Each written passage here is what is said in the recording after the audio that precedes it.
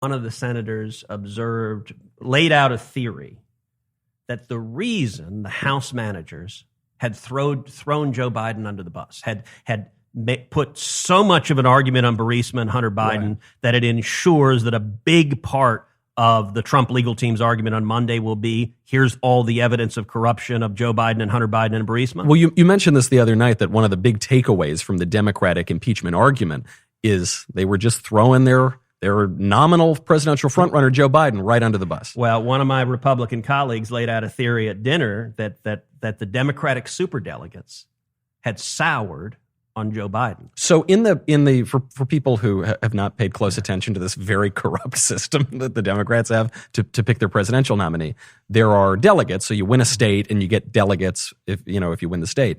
But there are also superdelegates who are these kind of party elites that get to pick whoever they want. And let me explain it more simply. Look, the Democrats are statists. They're the party of elitists. They're the party of concentrated power dictating and controlling your life. Right. It's reflected in a lot of things about the Democrats. One of the things that's reflected are these superdelegates, these people that have the power in many ways to decide their nominee. There are no Republican superdelegates. And Republicans, we believe in this crazy thing called democracy, where actually the voters should decide. Go to the polls and pick your candidate. But the Democrats have something like 900 superdelegates that are the party elite. And you got to remember, look, these are people that are very comfortable with saying every decision in your life government should make for you. And so having the party elite control nominations, I mean, look, those superdelegates played a big part in taking Bernie out last time and making Hillary the nominee. So your Senate colleague, who shall remain nameless, unless you want to make some news now. No, I will honor that confidentiality, but I don't know that the theory is right, but it was a significant topic of discussion around the dinner table that if the Democratic superdelegates have soured on Biden, that manifesting this by putting him in a maelstrom where he goes down, and presumably you see the self-described Democratic moderates going to, I don't know, a Bloomberg or a Klobuchar or a Buttigieg. I don't know where they go, but they presumably go somewhere. That would be, it didn't make any sense to me. And when you said it to me earlier and said they threw Biden under the bus, it didn't make sense to me why the House Democrats would have done that unless it is the case. Unless they don't think he can beat Bernie. Exactly. And that he may be too weak. And so I don't know if that's going on or not, but it was a surprising tactical decision of the House Democrats. And hopefully, look, when the Trump legal team puts their case on, a lot of lawyers, when they argue a case, particularly when you're responding, they spend their whole time sort of going point by point and refuting. So the other side has 10 points. Let me answer point 1 with point 1A, point 2 with point 2A. I actually think that's a terrible way to argue, whether in a court of law or in a court of public opinion. A kind of like a tit-for-tat argument. I think the right way to do it, and what I hope that the president's lawyers do on Monday, is tell a story. Tell a story, lay out an affirmative narrative. I'll give Adam Schiff credit. He told a story. He told a narrative.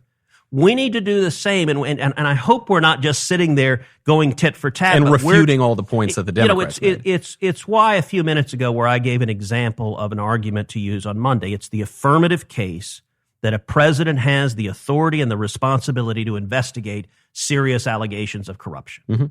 That is fundamentally an explanation. When I was arguing Supreme Court cases, I used to obsess with what's the narrative. And actually the test I tried to think about is when the judge or justice went home that night and his or her 5-year-old grandson said, "What'd you do at work today, Papa?" I wanted to own that next sentence. If I could own the sentence that judge or justice describes to his or her grandchild, you've won the case. That framing the narrative. Sun Tzu says every battle is won before it's fought. It's won by choosing the terrain on which it will be fought. The Democrats are trying to frame the narrative.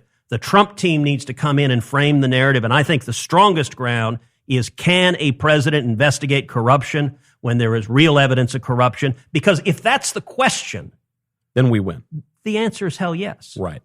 That will be very interesting to watch on Monday, because that is when this is all going to kick off. Yep. And I hope people take that advice. Before we go, obviously we only have a couple minutes and we got to get you on an airplane. I want to get to a couple mailbag questions. First one from June.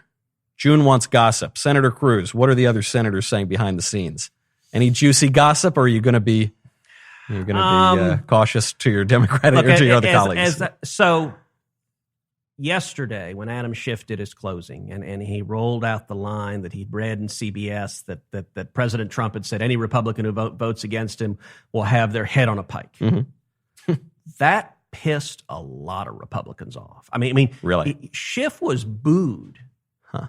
I don't know how much of that came across on TV. I couldn't see it. And in particular, he was booed by senators like Susan Collins and Lisa Murkowski, who sit next to each other. Senators who are going to be very important if the Democrats want to advance their argument. And they recoiled, and in fact, several were murmuring under their breath, not true, not true. And you actually saw Schiff kind of shake it and say, well, I hope it's not true. I hope it's not true. That was an interesting moment. Right. That stuck with people. That is pretty juicy gossip. I think you gave June what she came for. From Melody, Senator Cruz, why are the 4 Democratic senators who are still running for president allowed to be part of the Senate jury? Because the senators are sort of the jury in the impeachment trial. Shouldn't they recuse themselves? It seems like a huge conflict of interest for them to be allowed to vote in the impeachment trial. Well, it's a good question, and it is a conflict of interest. But the answer is that we're not jurors in the sense of a typical jury. There are all sorts of things about impeachment that have nothing to do with being a typical jury. You wouldn't be allowed to sit on a jury if you knew the defendant. You wouldn't be allowed to sit on the jury if you knew the prosecutor. You wouldn't be allowed to sit on the jury if you were having conversations with the defendant or the prosecutor. We're discussing the issue. You wouldn't be allowed to sit on a jury if you were publicly discussing the issues, if you were taking positions.